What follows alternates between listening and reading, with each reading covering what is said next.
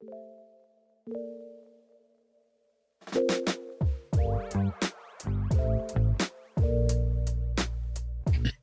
everybody. Welcome back to another episode of Find Your Model Health, the official podcast for those looking to optimize their long-term health and weight goals. I am your host. I'm Shemaine Linney. I am an integrative health practitioner, nutritional therapist, and certified iridologist. I'm very happy to have you all back with me for another piece of your day. Today, we welcome back a very special guest, Dr. Robert Dickson. Many of you will hear me refer to Dr. Dickson as Dr. Bob. He was last on the podcast, I guess 2017, you guessed sooner, but regardless, that was a great conversation, but a lot has happened between now and then regarding the fluoride conversation and Calgary's water. So I asked Dr. Bob, would he come back and kind of give us an update on the situation and what's going on there. I will link our old conversation in the description once we're finished, because in that conversation, we went more in depth on like, these are the issues, the side effects, and we might touch on that today. But Dr. Bob, thank you for coming back and gracing us with your presence. My pleasure to be back. Nice to see you. It's good to see you. You look great. So do you want to, before we go on, for the people that don't know you, kind of just tell us who you are and your background? Yeah, I'll give you a quick one there. I'm from Tofield, Alberta, which is up near Edmonton. 49 years ago, I moved from Edmonton for 6 months to Calgary and never went back. And it's been a great move here. So I took my undergraduate here, which is in kinesiology. Then I went to paramedics at SAIT for 2 years, and that kind of got me in, let's say, the back door into medicine. And so at 33 years old, I started medical school at the University of Calgary. It's one of the few places in Canada that would have me on board at that age. Now schools have opened up, medical schools have opened up more, and they're taking more mature students, shall we say. And so it was the best move I ever made. It's been a great career, the best of my 13 for sure. Well, let's say up to the last 3.5 years anyway. It's been a challenge since then. But it's also been a challenge with the fluoridation thing. And because I've been leading or co-leading the anti-fluoridation movement in Calgary and across Canada for about 24 years now. Jeez. That's a long time. It is. So just a little background there. We've had 7 plebiscites in Calgary. The first 4 back in the 60s and 70s defeated water fluoridation narrowly, with a lot of animosity and polarization. And then in 1989, my formerly good friend, Dr. David Swan, who used to also be the head of the Liberal Party of Canada and was a medical officer of health back in the day, he brought fluoridation into Calgary. And so it was, it passed narrowly in 1989. And so it took them 2 years to build the infrastructure because it's highly toxic and will eat through almost anything you put it on, like wood and concrete and carpets and whatever, plastics, most of plastics. And so in 1991, we had the first fluoridation in Calgary. Now, compared to like Red Deer that started in 1959, fluoridating, or in Edmonton, it was 1967, and then Lethbridge was about that same time, 1967. So Medicine Hat's never fluoridated, and Calgary hadn't fluoridated until that point. And so in 1991, they turned on the fluoridation taps. And the activists in town, some of my activist friends actually, were fighting against it. And I didn't know that much about it. So in 1998, they actually pushed the city of Calgary to have another plebiscite. And they pushed the city of Calgary to have another expert panel. Well, expert panels are, right across the whole science spectrum, are dubious, to say the least. If I was to choose an expert panel, or if the head of the Fluoride Action Network in New York was to choose an expert panel, fluoride would be gone from this planet forever. But if you get the medical officer of health from Calgary to choose the expert panel and the O'Brien Institute at the University of Calgary to choose it, they're all rabid pro-fluoridationists. So guess what? 4 of the 5 people on the expert panel are going to be rabid pro-fluoridationists, and the other guy's not going to know anything about it. Yeah. So that's what happened in 1998. And interestingly enough, the 5th person, who is a statistician, he didn't know anything about fluoride. And so he looked at all the literature that was provided. And he said, this is crazy. Why are we doing this? Well, the other four said, you're outvoted. It's 4-1 against water for water fluoridation. And so we're recommending that the city continues with their fluoridation program, and that maybe they lower the dose a little bit to 0.8 parts per million from 1 part. So a safer dose, you mean? Safer, safer dose, yeah. And as we'll get into later, there's no safe dose of fluoride. So then came the plebiscite, 1998. I voted for it. My activist friends came to me and said, well, why'd you do that? And I went, well, I don't have time to look at everything of the 1,000 things that come across my desk every week as a busy family doc. And so I voted for it because Alberta Health said it was great. And they had these glitzy brochures and pamphlets and emails and all. And God forbid they would lie to us like that. Oh, no, they wouldn't do that. So they said it was good. So I voted for it. And sort of Health Canada said, and the Public Health Association of Canada said it was good. And Canadian Dental Association, Alberta Dental Association, the players, they all said it was great. So I voted for it.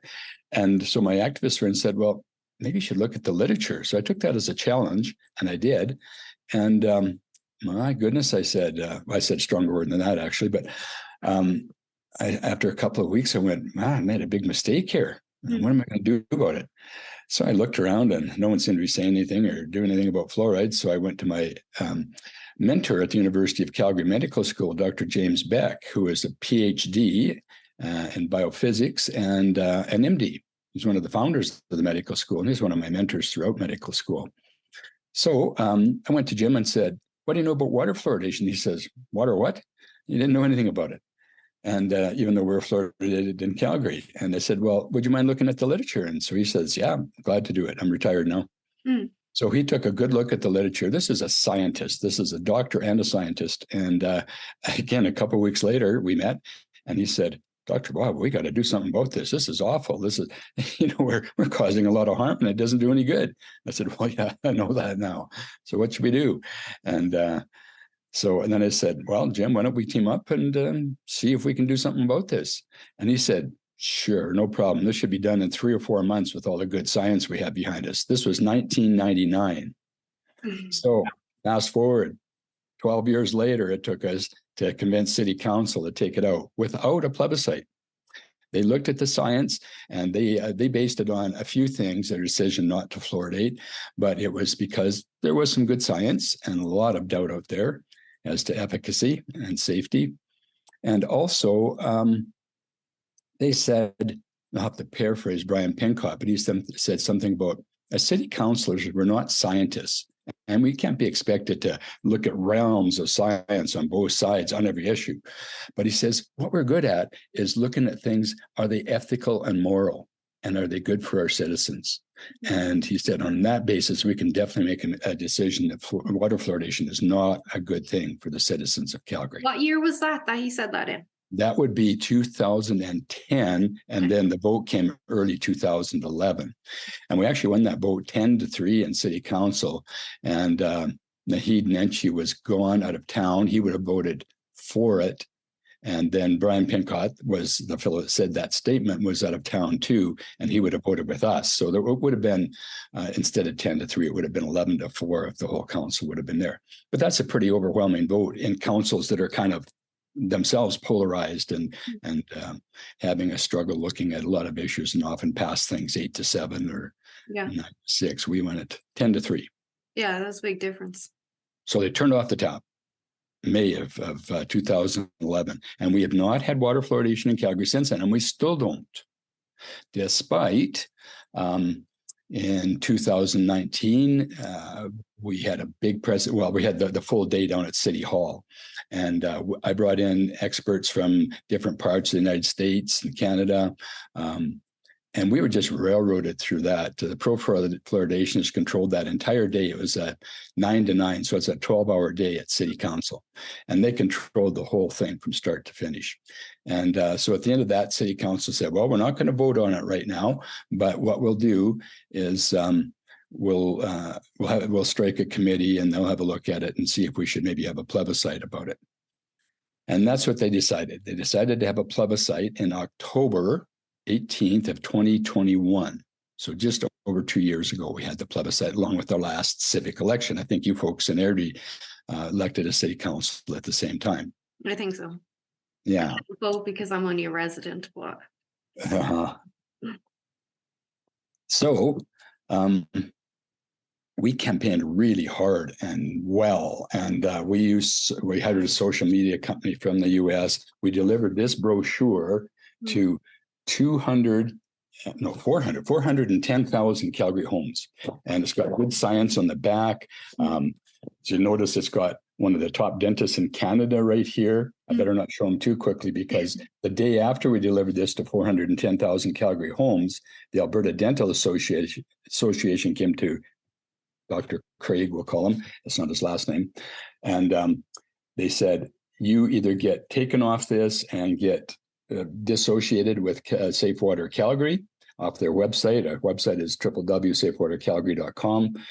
And you either dissociate yourself from them, or you lose your license and your living very lucrative practice. Yeah, your whole living, basically. And he went, but, and he's fought with them before, and that really made him angry, but he had to do it. He had to take himself away. He had to distance himself. So if you look on our website, www.safewatercalgary.com, you'll see the same brochure, but there'll be a blank white space right there. Funny how they have a way of doing that, making you do stuff, saying you can't provide for your family if you don't abide by the rules. And it's our rules. Ethical to me. It's our rules. It's not yours. It's our rules. And you got to abide by our rules or you're gone. We'll take you out. It happens way too often these days, sad to say. So, yeah, there we went. So, as I say, we ran a really good campaign for entire 2021. I had about 20 people on my executive committee. And we had social media. We had the pamphlet I showed you, the flyer. We had the street signs. We had thousands of street signs out. But we probably outspent the Calgarians for Kids' Health, the pro-fluoridation side that's run by Juliette Guichon, the unethical ethicist at the University of Calgary. But we outspent them in like sort of dollar to dollar on the ground here. But if you factor in what Alberta Health Services spent, what the Canadian Medical Association, the Canadian Dental Association, the Alberta Dental Association, all those people spent in advertising and social media and pamphlets, it'd be into the hundreds and hundreds of thousands of dollars, if not more. Might be 7 figures into the millions of dollars. But anyway, hundreds of thousands of dollars at least. So we're kind of the little David against the huge Goliath. And I still thought we could pull it off because we have the science, we have the common sense. But anyway, we got whacked there. We got beaten soundly, 62 to 38% in that plebiscite. So to the councillors, especially the new councillors, of which there's about 9 elected in that, 9 or 10 maybe, well, new mayor and 9 councillors, I guess, new councillors elected out of the 14. To them, the people have spoken. That's all they have to say. They don't have to know anything about fluoride, about the issues, about pros or cons. They just say, the people have spoken and we're voting for it. And when you say the people have spoken, that's 62% that voted for fluoridation in the plebiscite. And the plebiscite, by the way, was buried at the bottom of page 1, so a lot of people missed it. And it was also poorly worded kind of towards the positive side. But that 62% equates to about 25% of eligible voters, and that takes, you take that down to about 12 or 13% of all Calgarians. That includes kids and people that don't vote. So, so 12% of Calgarians say that we have to have one of those toxic chemicals in the world in our public water. But chances are they're not fully educated on it. Like you said, they maybe twisted the language a little bit to make it sound like a good idea. Chances are nobody's educated on it because we're not allowed to speak in public on fluoridation. Well, I shouldn't say public. Well, I guess so, because the College of Physicians and Surgeons is trying to take my license away for my anti-fluoridation activity. That's been 4.5 years now. I just got informed a couple of weeks ago that I'm to face the major tribunal in the College of Physicians and Surgeons in a couple of months. That is highly stressful. You just get raked over the coals and attacked there.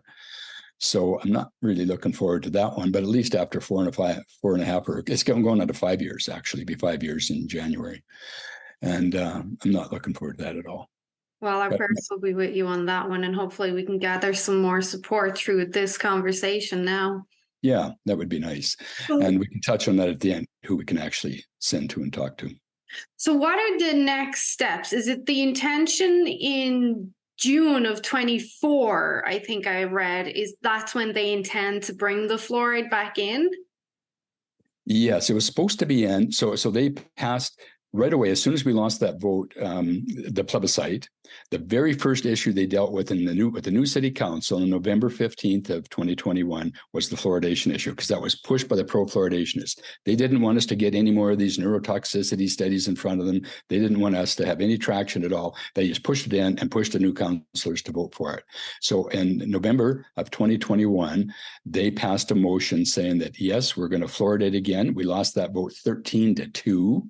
And some of the counselors just, they were given good talking points and good science, and they didn't speak up at all. So we lost 13-2. So that motion passed to restart water fluoridation and to give Waterworks, Calgary Waterworks, $10 million to rebuild the infrastructure for fluoridation.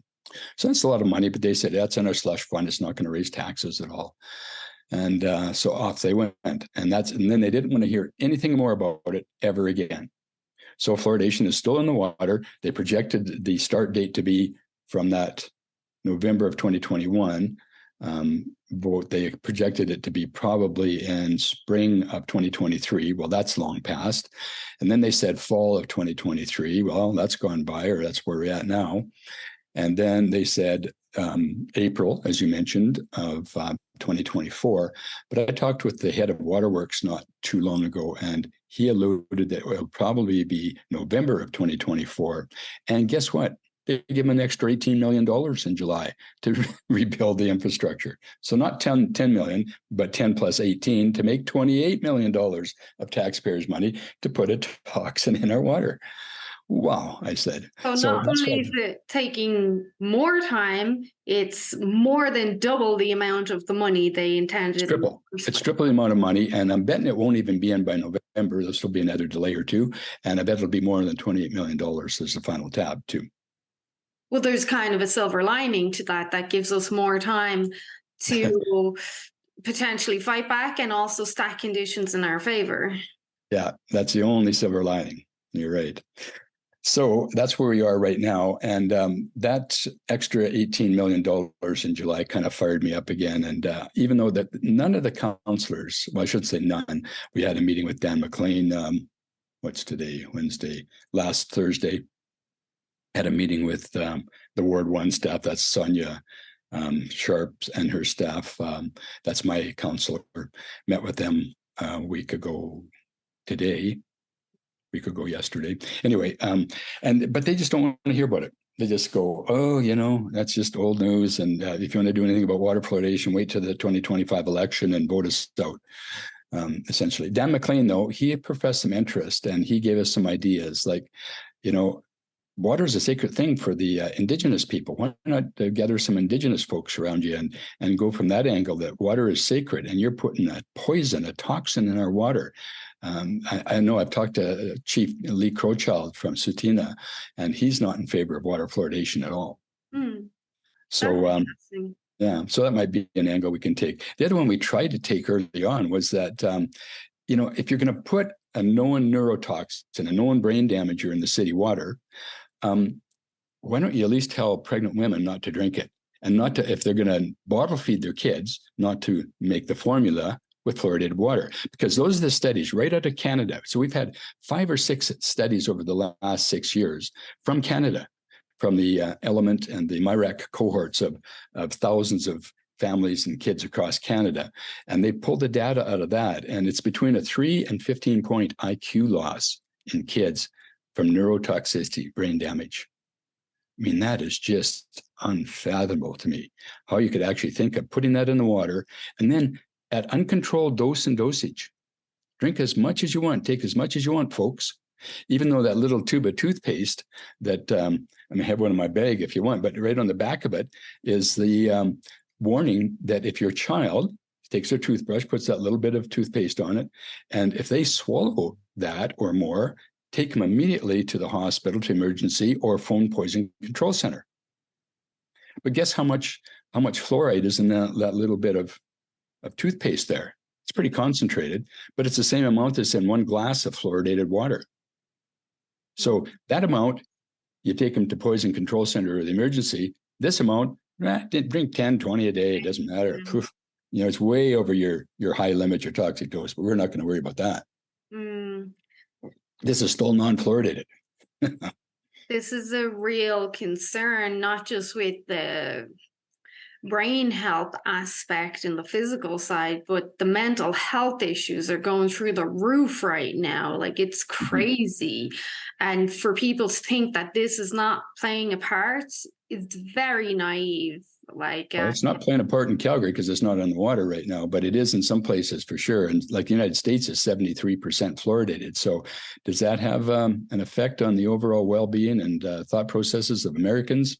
Yeah, probably. These mass shootings and all the other madness that's happening. I mean, you really should think, and regardless if it's in the water or not, we're still getting exposure to it in Calgary. People can choose Good point. to use fluoride or Listerine or take the fluoride at the dentist. And I agree with that. That's your choice. You do that. I choose to not use fluoride in mine. And when we go to the dentist, we say, no, thank you. We don't need the fluoride. That's freedom of choice. Please do not push your agenda on me, because I am my own person and I stand by that across the board on every decision. You do you, I do me. Of course, doing what I do, I work with a lot of sick people on every level. And let me tell you, people are very, very sick nowadays. And it's mind-blowing some days when I look around and I'm like, oh my gosh, what's happening? When it comes to, and correct me if I'm wrong, because I do want to get to the reasoning, like what is their reasoning for this being okay? Part of it from our previous conversation was the cavity aspect of things. Look, I don't believe that. That's bull, in my opinion. You're looking at cavity, stop drinking the juices, stop eating the sugar, stop drinking the pop, tell your child to brush their teeth properly. I have children. Like, come on, people, let's not use this as an excuse. And if the council is so concerned, why don't they hand out fluoridated toothpaste to children in the school or on the corners who want it? My child will say no, but why are you trying to force something on me that I do not want? Exactly. There's so many better ways to deal with fluoride and with teeth, and topically, gels, foams, sealants, whatever. There's tons of ways to deal with it without swallowing and ingesting it, which doesn't do any good and which does harm, and harm to a lot of different places. So just go through that quickly. That calcifies the pineal gland in the brain. It drops IQ in younger kids, babies and kids, like we mentioned, 3 to 15 points. And by the way, lead was taken out by having 1 IQ point drop. So lead's been written right out. 0 level of lead is safe. And that was a 1 point population decrease in IQ. Well, fluoride, here we got at least 3 points, if not 5, 7, even up to 15, if they're heavily bottle feeding with fluoridated water. And like you said, all the foods out there, a lot of them packaged, processed foods, some of the pops and drinks and things, they have fluoride too. So we get it from a lot of different sources. But the major source is water fluoridation for those cities that are fluoridated.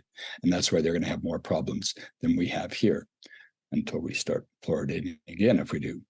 Well, now we have a lot of health problems, but you introduced this, and I guarantee you we're going to have a lot more. I know you agree. Let alone one of the hot topics with women being hypothyroidism. The research is there. People, well, I suppose the council can argue it, but the research is there. Oh, no, they can't argue it. They don't want to argue it. They're not going to argue it. They can't, because the research is there. The science is there, saying that 20% of women that are low in iodine are very susceptible to the enzyme blocking properties of fluoride. So, yeah, I mean, it's a neuroendocrine inhibitor, so it does not do well with 20% of women at least.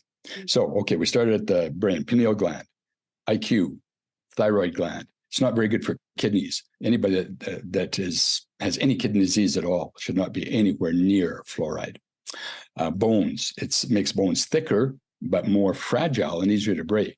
And actually, that's what it does to the teeth in the long term, too. It makes the teeth harder. So initially, they might be more resistant to bacteria. But over the long term, it makes them more fragile and easier to break. So if you look at the highest fluoridated states in the US, like Kentucky, for instance, is 99% fluoridated, but they have the highest edentulous rate in the United States, which means loss of teeth, edentulous loss of teeth. So Kentucky, highest fluoridated, highest edentulous rate. Guess which state has the lowest edentulous rate? Hawaii, that has the lowest fluoridation rate. Oh, that's just a coincidence, though. There's so many things. So we've got the bones, the gut microbiome, a lot of new, I'm sure you're doing a lot of work on that and helping a lot of people with their gut microbiome. Well, fluoride is really hard on the gut microbiome, which is the second brain of the body, basically. So not good for that. So not good for anything. Just while people are listening, once you mess with the gut microbiome, now you start impairing your ability to detoxify and regulate your hormones as well. And a lot of hormone talk in my community lately. And heavy metals, people don't realize that fluoride is considered a heavy metal as well. And when people ask about how do I detoxify heavy metals, a lot of the talk is around the mercury and the aluminum, or as I say, aluminium. Mm-hmm. A lot of people don't know that fluoride helps to carry a higher concentration of aluminum into the brain. So it helps aluminum cross the blood-brain barrier at a higher concentration. And of course, aluminum connected to Alzheimer's, all different states of dementia, brain fog, all that fun stuff. Like, this is not just one element that's isolated. This is big. It's such a tiny aggressive ion. You're right. It crosses the blood-brain barrier, and it also crosses the placental barrier. That's why that pregnant women drinking fluoridated water will have that IQ drop in their new babies.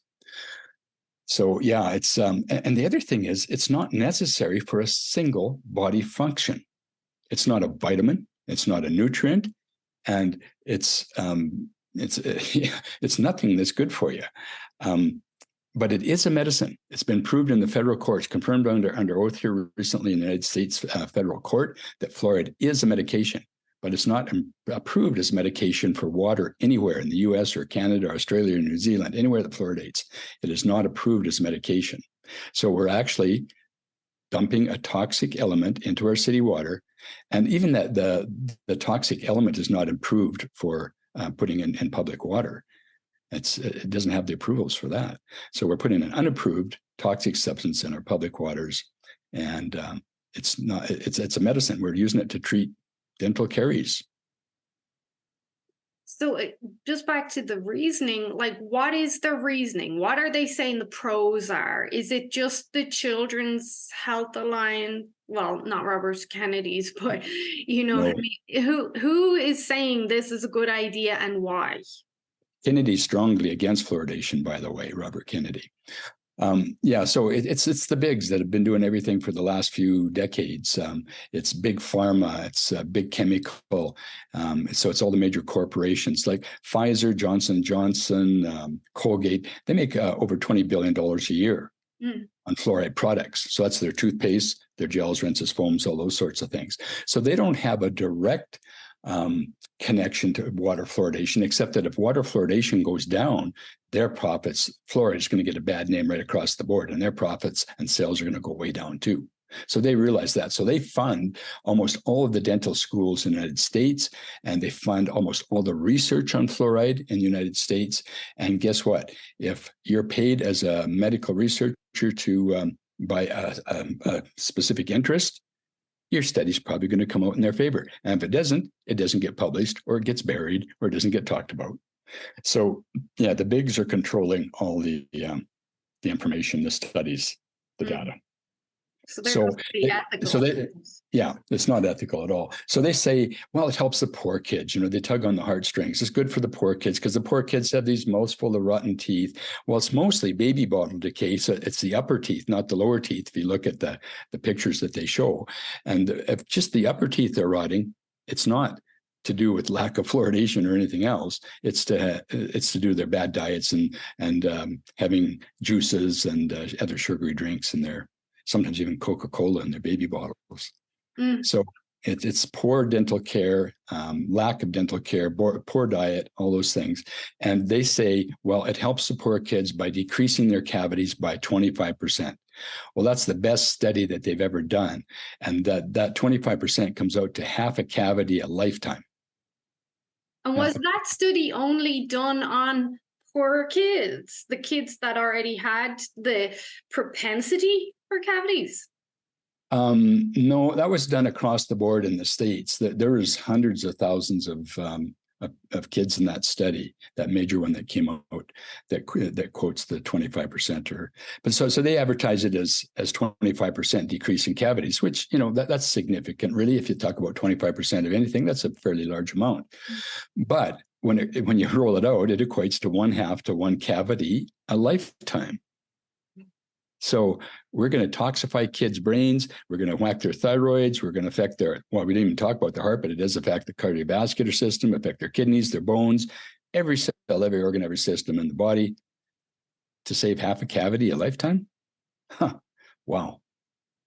But if I was one of these big companies, and I'm just saying if I was, and I could make a lot of money by selling fluoride, but then the ripple effect throughout society makes society sicker and sicker and sicker, and mental health issues and needing thyroid medication, and I happen to be the provider of all this medication, then I basically have in my scenario, like a client, a patient for life who's always going to need my products. But I'm not a big pharma and I don't own, but I'm just thinking this could be a good business for me because it seems very profitable. Captive audience. Centuries. Captive audience. Oh, the other damage we didn't talk about too is fluorosis. That's the only one they'll admit that, oh yeah, there's some fluorosis, but it's just mild. The kids like having these little spots in their teeth. It's kind of cool. Well, no, if you find a kid with lots of white or brown spots in their teeth, they don't smile. It really affects their life and it affects their self-esteem. And now if you look at the NHANES studies, that's the CDC, the Center for Disease Control out of the States, their studies over the last 20, 25 years is just going up and up and up. And the fluorosis rate now in teens, 11 to 15 years old is who they study mostly in the States. And the fluorosis rate, so that's damage to teeth from fluoride, from too much fluoride, is now over 80%. 80% of teens. And, they're sort of right, like 80% of that 80% is mild fluorosis. So it's probably more on the back teeth, maybe a couple little spots in the front. It's not you don't have to do anything with it. But 20%, and if you look at all the millions of 11 to 15-year-olds in the States, that's a lot of kids. 20% will have either moderate or severe fluorosis. And both of those usually or have to be treated. And the severe fluorosis can actually destroy the teeth. So they'll have to be replaced. So it can be, I have one dentist downtown here, told me he treated 2 oil patch kids when we were fluoridated. Wealthy family, they spent $70,000 each on their teenage kids for their teeth or damage with fluoride. Probably be cheaper to get dentures for that price. Yeah, well, they might have to at some point, but no, for kids, you don't want to give them dentures at that age. So another thing to look at is they tell us in Calgary, well, we're behind the times here, like everybody in the world's fluoridated. And what's with you backwards people, you cowboys in Calgary, you're not up in the latest science, you're not up to speed. Well, if you look at the facts, 98% of those people to the west of us, BC, 98% are not fluoridated. Quebec, they're more progressive with some things at least, and 99% of Quebec is not fluoridated. And our anti-fluoridation people are taking the city of Montreal to court as we speak with an injunction to stop the last 2 little parts of Montreal, the 2 little subdivisions of Montreal that still fluoridate. So Quebec could be 100% not fluoridated in the very near future. Europe's more progressive in a lot of things. 97% of Europe hasn't been fluoridated for decades. Mm-hmm. And they go, blah, blah, well, it's in the salt, it's in the milk, whatever. Yeah, well, 0.15% of people drink milk that's fluoridated. And, salt, you got your choice, and hardly anybody drinks fluoridated salt or uses fluoridated salt, consumes it. So, yeah, 95% of the world is not fluoridated. So we're not behind the times. We're in the vast majority here in Calgary. I'm just curious, has our new premier been kind of informed of this, or has she had anything to say? Oh, yeah. Danielle and I have had some run-ins before on fluoride. When she was the moderator of her program on QR radio for several years, she actually ran a pretty good program. I don't know if you ever listened to her QR radio. I heard it once or twice. Don't really. Yeah, she's a pretty good interviewer. And so the first time she interviewed me about 4 or 5 years ago, she was pretty on side with anti-fluoridation, and we had a good interview. And then the second time was in 2021, and before our plebiscite. And I don't know, I think someone had got to her, and so she had swung more to I guess, more of a more neutral stance. But she sort of dominated the conversation, didn't let me talk a lot about the neuroscience, and sort of managed that interview that I couldn't get a lot of the information out. But wasn't that around the same time when she was pushing back about the mandates and stuff? Like, that's a bit strange. No, that was well before that.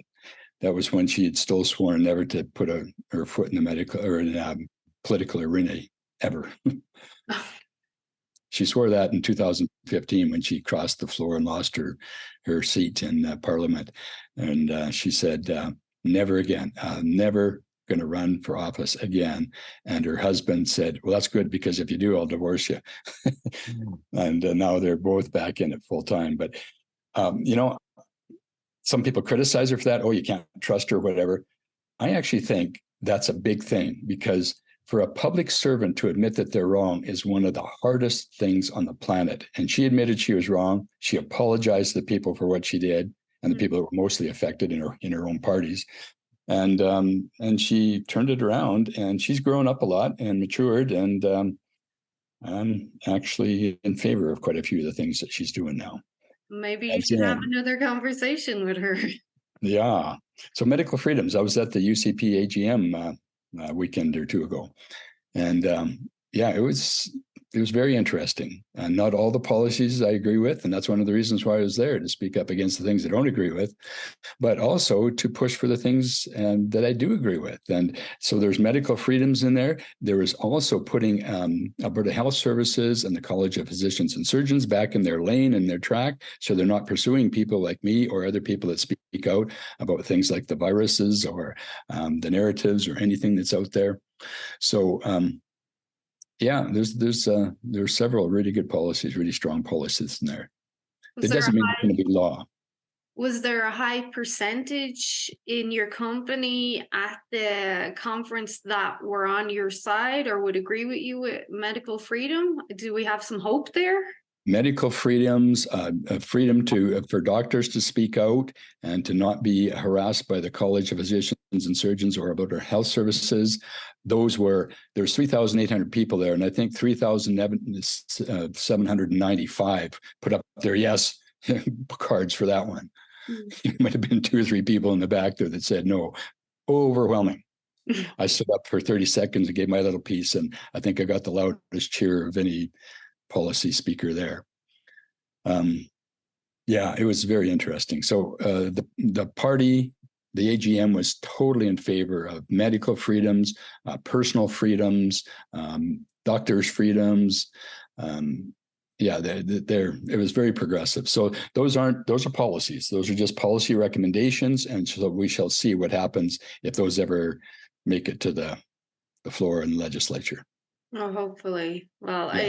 I know we're kind of on the same page of what happened through the whole, so we won't say pandemic, we'll say event that happened through 2020 to 2022. How about the narrative? We can talk about the narrative. Yeah, I was only reminded the other day when I was thinking over the events of my last year that it was only January 23 this year that the states removed the vaccine mandate to cross for travel. A lot of people thought it was years ago, wasn't it? It was only a couple of months ago. Yeah. Did you say January? Yeah, it was January. It was May. Well, May, yes, because it was January to me, because I'll tell you why. Because we hadn't gone on vacation in so long that I was saying, okay, I'm going to hold out till January, and if they don't make a move, I'm going to Europe. And they didn't, and I went to I ended up going to the Netherlands and France because the States hadn't opened the border. Right. Everybody else in the world did, but the States didn't, which is strange because they've been more progressive in some of the narrative things. But anyway, such as it is, and their fingers are on the button, ready to reinstall those mandates, and so are Canadian fingers on the button, ready. Well, didn't I see Ontario just announced that they're now remandating masking in some hospitals and residential care and care for the elderly? I saw that earlier somewhere. Alberta's done that too, just recently. Yeah, masks. And there's over 150 studies that show how ineffective masking is in any sort of setting. So anyway, back to the fluoride topic here. Just a couple other points wouldn't mind covering. Yeah. So we talked about the better and safer ways that give personal choice to fluoride, and you and I are both totally on side with that one for sure. One of the things that the pro-fluoridationists say that is wrong, they say, well, there's natural calcium fluoride in almost all our water. That's true. In almost all the Earth's crust and almost all in all the groundwaters around the world, there's natural calcium fluoride bound very tightly. Calcium and fluoride bind tightly. So if we ingest that, a lot of it doesn't unbind. It's just flushed through the body by our kidneys. But if you put hydrofluorosilicic acid in the water, which they do in almost every city in North America, that comes out of the waste stacks of the fertilizer industry. And they're not allowed in those industries to put this toxic stuff out into the environment, so into the air. They're not allowed to put it into the ground or into the rivers, lakes, or streams. They're not allowed to put it anywhere.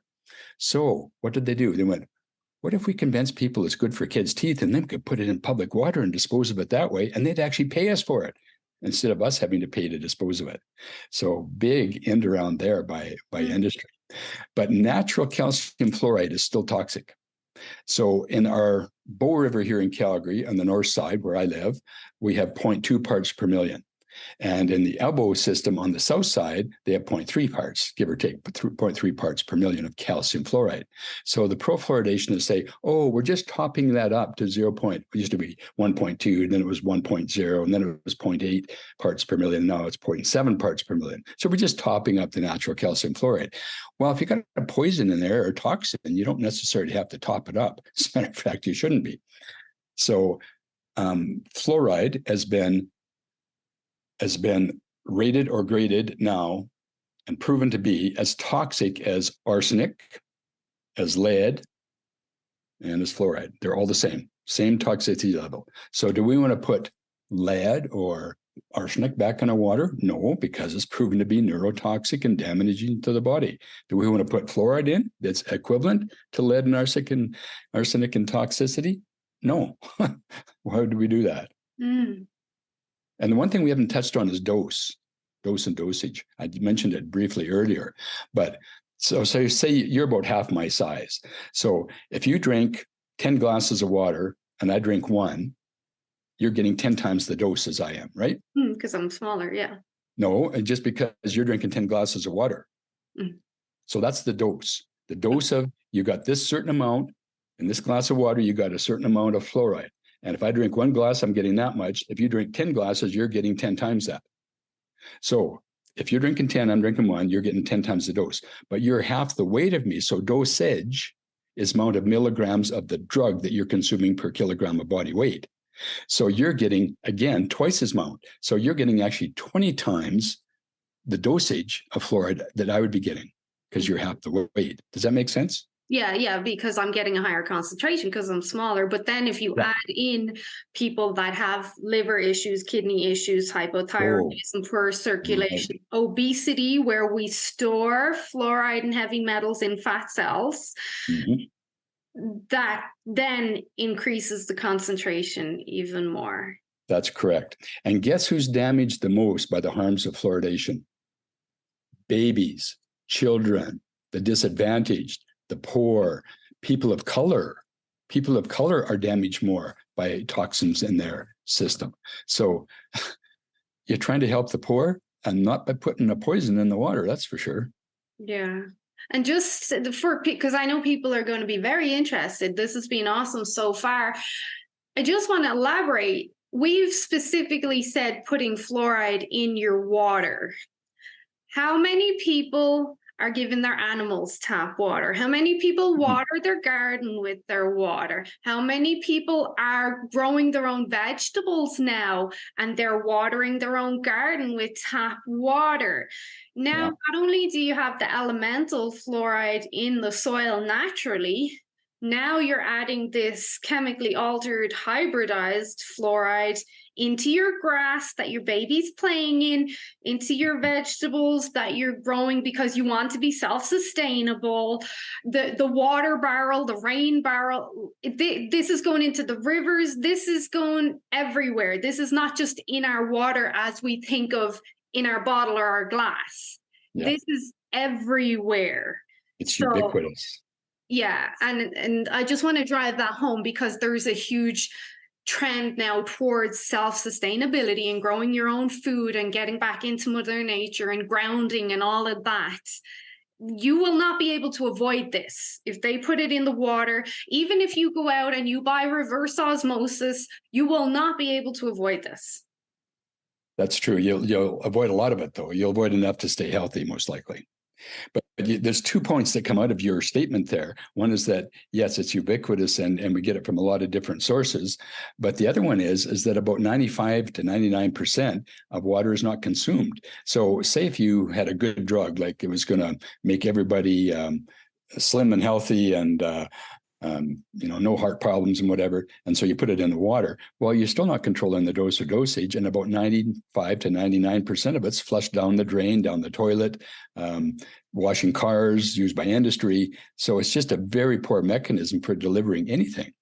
Not that we want to deliver a drug by it. That's why no other drugs are delivered by it. You don't put Lipitor or aspirin or anything like that in there. Well, why would you put toxic fluoride in there and try to tell us it's good for our teeth? Well, that goes to governmental spending. The roads here are diabolical. They're terrible. Couldn't we use the slush fund for that? Like, it's diabolical, these roads. Or how about use it for simple things like kids' health? Like in Scotland in 2001, they formed a pilot program called the Child Smile Program. And that was so effective that they ran it out throughout most of the country.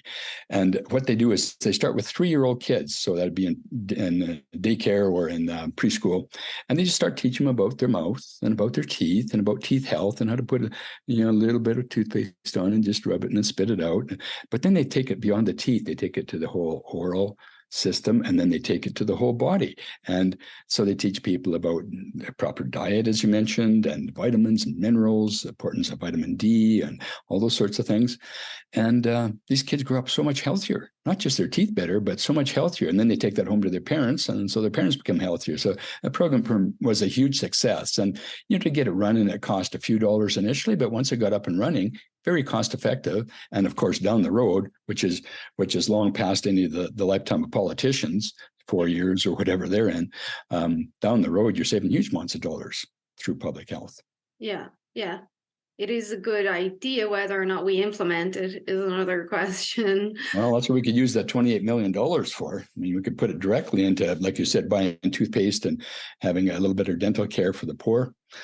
And there's a lot of uses. Or even providing better lunches in the schools. Yeah. My little boy is 11. He goes to school here in Airdrie. I pack his lunch, but you do have the option to get the lunch in the school. And the hot lunch options are pizza, burger. I'm like, are you for real? This is insane. Like, how about you use that money to get them some steak and vegetables? Like, this just does not make sense. And it really makes the wandering mind consider what the agenda is behind it. Like, it's just insane. Like, 28 million, let's buy a farm and feed all the kids beef. Like, that would be 1,000,000 times better for them. Plus we get the ionic displacement with the minerals in the beef. So did you ever watch the movie by Michael Moore called Where Do We Invade Next? Yeah. Did you see that one? Yeah, I did. A long time ago. Such a good movie. That's one where he took all the American flags and he started in Italy. And he interviewed this young couple, working couple, and they said, well, we're thinking of moving to the States. And they said, how many weeks holidays do you get in the States? And Michael Moore says, well, either none or 2 weeks. How many do you get? Well, we start off at 4 weeks, then we get 6 weeks if we're really good after a couple of years. And, they go on and on like this. And pretty soon this couple's going, I think we're staying here in Italy. So Michael Moore takes a flag and he plants it here. I'm taking all those policies back to America. So then he goes to France. And one of the places that he toured and interviewed and videoed was daycare and maybe elementary, into the elementary years. They had a certified chef there cooking lunches for the kids, and they had gourmet meals there. And it wasn't a private school, it was public school. And the kids were just healthy and happy. And he says, well, I'm planting an American flag and taking that policy back home. Yeah, and highly intelligent kids and kids not on antidepressants or dealing with mental health issues. And we could go on for a long time talking about this sort of stuff. There's just one more point I want to make before we wrap up here, Shameen. Do you know about the court case in the United States, the federal court case? I think I might have mentioned it, touched on it. No, you didn't mention it, no. Okay. Anyway, there's a major court case underway in the United States, and it's the Fluoride Action Network, which I'm a member of. It's the Moms Against Fluoride. It's Environmental Watch. There's a few organizations, a couple of women that were pregnant in fluoridated areas, doing a major court case against the EPA, the Environmental Protection Agency in the States, that are responsible for keeping toxins out of our water. Mm-hmm. So we're suing them. They're being sued in federal court in the United States for the last 7 years. It's been going on. And we're winning. Like, we've won every step along the way. And we're hoping in January, February of 2024, so just a few months from now, that there will be the final decision on whether they are indeed toxifying our water. Now, the EPA has deep pockets and tons of lawyers and whatever. So if they're ruled against, they will fight this for a long time, I'm sure. So it won't be the absolute, cut and dried end of water fluoridation, which it should be. But anyway, it's just interesting that this major court case has gone on for 7 years now. And that's where they confirmed that fluoride is a medication in that court case under oath. And our experts just destroyed their people. They're hired guns from Exponent, the organization that the EPA hired. Our experts that testified for free just whacked them. Yeah. There was no contest. So it's going to be interesting to see how that plays out, the federal court case in California. That does give people hope. Well, it gives me hope because Moms Against, and they have lots of different branches now. I heard some comedians say moms are against everything nowadays. Mm-hmm. They're fighting so much, but I mean, it takes a mother and a father to take care of children. But at the end of the day, a lot of the time it is the moms who are making these best health decisions for their children. And moms are saying, no, I've had enough. These are my children. This is my decision. Their health care is not on you. It's on me. So it's great to see that pushback. I did want to ask you one more thing before we still have a few minutes, and I do want to talk about like how we can help you. What's the next steps? But I think you mentioned this in our original conversation. Could you just enlighten my audience a little bit on the effects on the cardiovascular system with fluoride? Because I speak to my women about preventable cardiovascular issues are the leading cause of death in women in first world countries, and preventable being the key word there. So I kind of just want to educate them a little bit on this. Yeah, there's not a lot of really good science there, but fluoride is a tiny aggressive ion. It does get into the cardiovascular system, and it does cause some damage there. So it just makes sense. Anytime you're putting a toxin that's so volatile and tiny, it gets into every cell, every organ, it's going to cause some damage there. So yeah, not a big thing to do. There, just eliminate fluoride. It's quite simple for the heart. More important for the heart is some of the treatments that we shall not mention for the perhaps a little virus that's been around lately. And some of those treatments are highly, highly damaging to the heart. Mm-hmm. And might be for months or years to come as well. Well, didn't a certain pharmaceutical company make an announcement there 2 weeks ago that one should not combine certain did you call them jabby jabs? Jib jabs. Jib jabs should not combine certain jib jabs because it increases the occurrence of stroke in elderly people by 50%. Yeah, but that's no big deal. They're old. But what about you're killing? But it does the same thing. Maybe not to that 50% degree, but it does the same damage to kids. There's been kids that are less than 10 years old that die from heart. There's teenagers, young athletes dying. I mean, we can't get into that. That's a whole nother topic that we'd have to do off of YouTube. Yeah, maybe on Rumble. We'll do another day. So, okay. What are the next steps for us all to be proactive? Like, how can me and my followers help you, my listeners? Well, the people in Airdrie specifically should be emailing your mayor and councillors, because I'm working with a fellow from Airdrie right now, and we have to have by Friday, so 2 days from now, I have a PowerPoint made up, and we're putting that, or we're sending that to Airdrie Council to see if they will put that fluoridation on the agenda, because Airdrie people are harmed. Up to 15% or more people have allergies and reactions to fluoride. And that's a lot of people in Airdrie. If you take 10% for round numbers, and what's Airdrie's population now? 100,000? Almost 90,000. Yeah, let's say, I think it's getting close to 100. So let's say 10% of 100,000, so that's 10,000 people would be harmed, would be allergic or react to, in some way or another, to fluoride. And Airdrie gets no say in that, because Airdrie, Strathmore, and Chestermere are all on the Calgary system. So whatever Calgary votes for, Airdrie has no say in it, and they get it in the water. They either don't or do get it, depending on what Calgary decides. So we're going to present to Airdrie Council with that information, some of the new toxicity information on fluoride, if they will let us. So if people were to email all the councillors and the mayor right away in Airdrie and tell them, there's a lot of harms, this is very dangerous stuff, and maybe we should have some experts to talk about the dangers, they're more likely to put us on the agenda for December 4th, I think it is. Monday the 4th. So the things have to be in, Monday the 4th, December 4th is when the presentation would be, if they allow us to present. But it has to be in by this Friday so they can vet it and approve it. So my PowerPoint's ready to go for that presentation. So Airdrie people can write to Airdrie Council, but everybody should be writing, even if you're out of province or out of the country, should be writing to Calgary City Council. And just a couple of liners saying, fluoride has been shown to cause brain damage, it's neurotoxic, and please don't put it in city water. Mm-hmm. And so they're not reading any of the science. The city councillors are not reading any of the science. And I assume Airdrie is similar to Calgary in that regard. But they do have this little checklist, and you go check, oh yeah, here's another one, here's another one, here's another one. Oh yeah, last month, 52 people talked to us about not wanting fluoride. And the month before that, it was 82. And, it adds up. And that's what they unfortunately base a lot of their decisions on. So if there's 100 or 200 people that are talking against it, not wanting it, they pay attention, because those are voters. Yeah.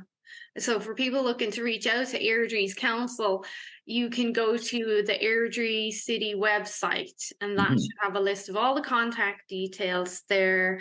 People are pretty proactive here. Well, I definitely saw that through the narrative, those proactive people. So maybe someone, because I know people are proactive, but they also get distracted and lazy. So maybe someone will take on the initiative to just create a template, and everyone can copy and paste and sign it and email it. And that would then help people get it done too.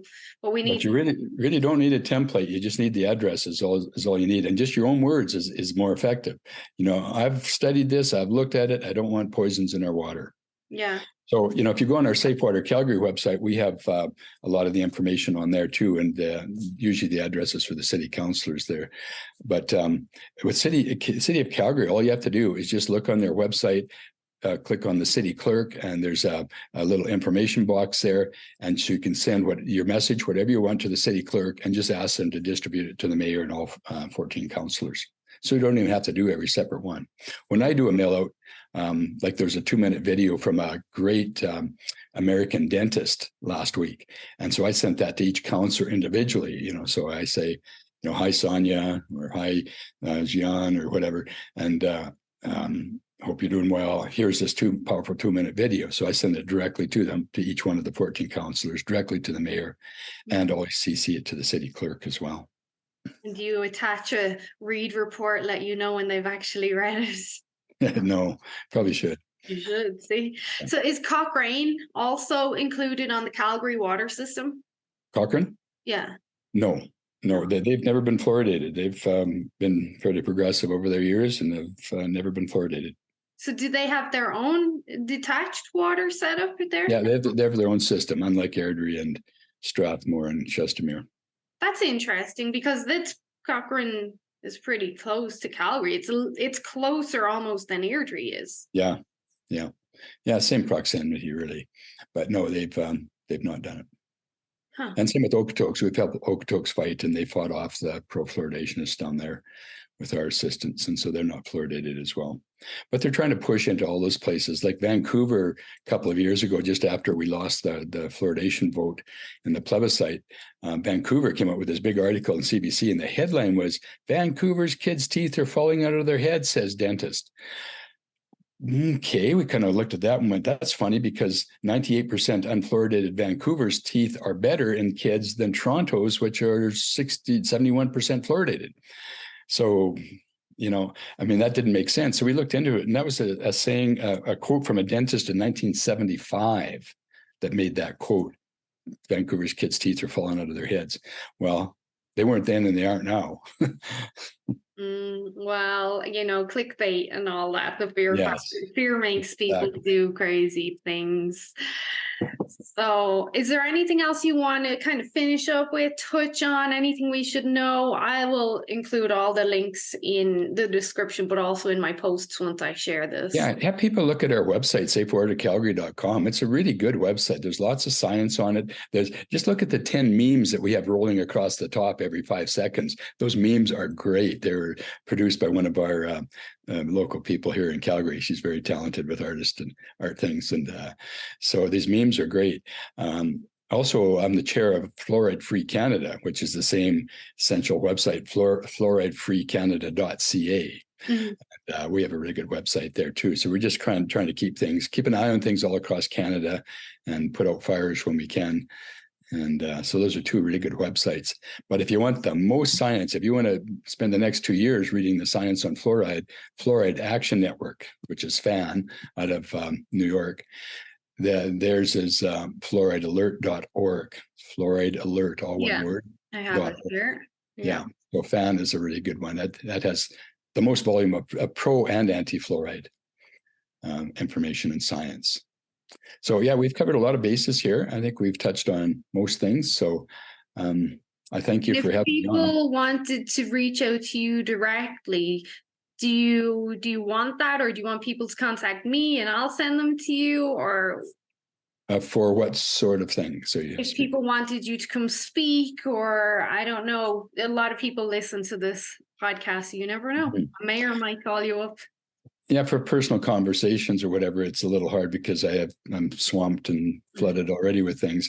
But if anyone wants any sort of speaking engagement, any further information, you can get the information on our websites.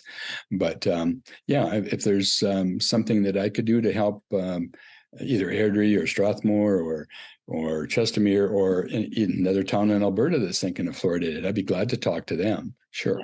Okay, you're going to be a busy man, so hopefully this makes a difference. I know this was actually several of my clients requested to get you back on because they're like, what's happening? We need an update. So people are interested. So not in Calgary or Airdrie until probably, my feeling is you thought maybe June of 2024. I think it's November of 2024 or even later. And they're going to spend at least, in my opinion, at least $30 million that's our taxpayers. It's not your Airdrie tax dollars. It's Calgary taxpayers. But $30 million plus taxpayers' money to put this toxin in our water. Yeah, well, it gives us time to not only try to fight it, but try to also get people healthier in the meantime. Yeah, so thank you for the work that you do. It's really important to holistically look at health. And so fluoridation is just a little piece of that. Jib jabs are a bigger piece, but basically let's get people back to eating well, Can I send you my list of Dr. Bob's 18 health and immune tips? I think I sent it to you in the past, but I have a 2023 updated list that I'm actually, they're taking me, it's another case with the College of Physicians and Surgeons to try to shut me down for telling people to walk, exercise, meditate, use vitamin D3, K2, zinc, magnesium. They're trying to shut that down too. So we're not supposed to treat people. So, well, no, you're supposed to do what you're told. Yes, exactly. So these are my views, not the views of the College of Physicians and Surgeons or of any of my fellow physicians. Well, email them to me and I'll share them with my group. And I also want to send you the conversation that I had with Lynn Farrow. I don't know if you know who she is. She's the author of The Iodine Crisis. Oh, yeah. I had a conversation with Lynn back in May or June. I think you would really enjoy that conversation. We touched on iodine a little bit, and I mentioned ionic mimicry and displacement. So I'm going to send you that to just check out. Thank you. Send me the link. Yes. Thank you. All right. Well, this has been great.